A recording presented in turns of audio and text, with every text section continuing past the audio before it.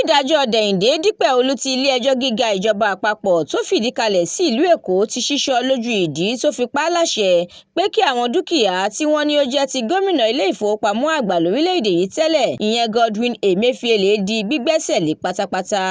Ó fìdí ẹ̀ múlẹ̀ pé owó tí kò dín ní mílíọ̀nù 2 àti díẹ̀ dọ́là, ìyẹn $2.045 million, 7 choice landed properties àtàwọn ìwé-ẹ̀rí ìpín ìdókòòwò tí ilé-ẹjọ́ gbẹ́sẹ̀ lé ọ̀hún ló wáyé látàrí pé nígbà tí ilé-ẹjọ́ kọ́kọ́ kéde pé òun ti gbẹ́sẹ̀ lé àwọn dúkìá ọ̀hún ní ráńpẹ́, Emefiele kò jàǹpátá láti pe ẹjọ́ kòtẹ́milọ́rùn lórí ẹ̀ bó ti wù kó mọ. Bẹ́ẹ̀ ni àwọn ilé-iṣẹ́ tí orúkọ wọn farahàn nípasẹ̀ ìwádìí àjọ EFCC kò yọjú rárá tàbí sọ̀rọ̀ lórí gbígbẹ́sẹ̀ lé tí ilé-ẹjọ́ kọ́kọ́ gbẹ́sẹ̀ lé àwọn dúkìá náà.